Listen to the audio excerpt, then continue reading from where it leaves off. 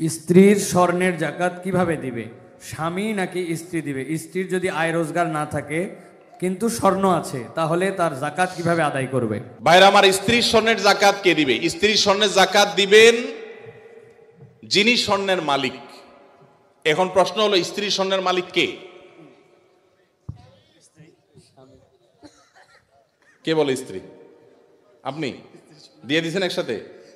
ঠিক আছে, এদিকে একবার বলছেন স্বামী, আমার ভাই মুফতি মোহাম্মদ আলী ভাই বলছেন স্ত্রী।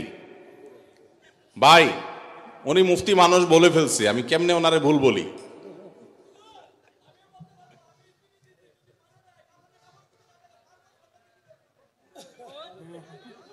মাশাআল্লাহ মাশাআল্লাহ,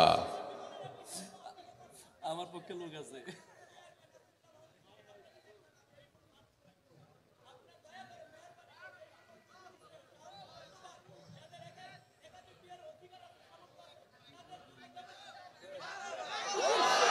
মাশাআল্লাহ।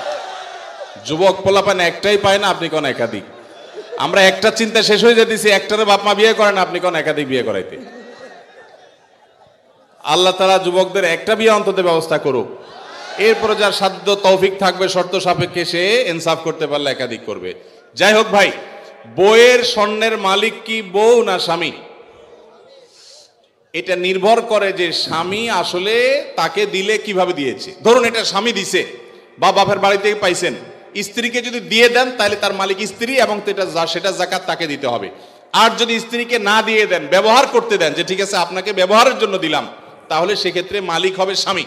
এটা ক্লিয়ার করতে হবে। এখন মুশকিল হলো, স্বামী স্ত্রী যদি এগুলো নিয়ে আলাপ উঠায়, আমাদের দেশে আমরা এত ভালো, মানে অতি ভালো যেটাকে বলে, বউ যদি এখন যায় ঘরে যদি জিজ্ঞেস করেন স্বামীরে, আর বউরে জিজ্ঞেস করেন যদি যায়, আচ্ছা বলো তো দেখি তোমার এই স্বর্ণগুলো আসলে মালিকটাকে, সাথে সাথে সে বলবে, ব্যাপার কি, তোমার মাথায় এই চিন্তা কেন আসলো, কাহিনী কি, তুমি কি ডানে বামে কোনো চিন্তা ভাবনা করছো, কি ব্যাপার?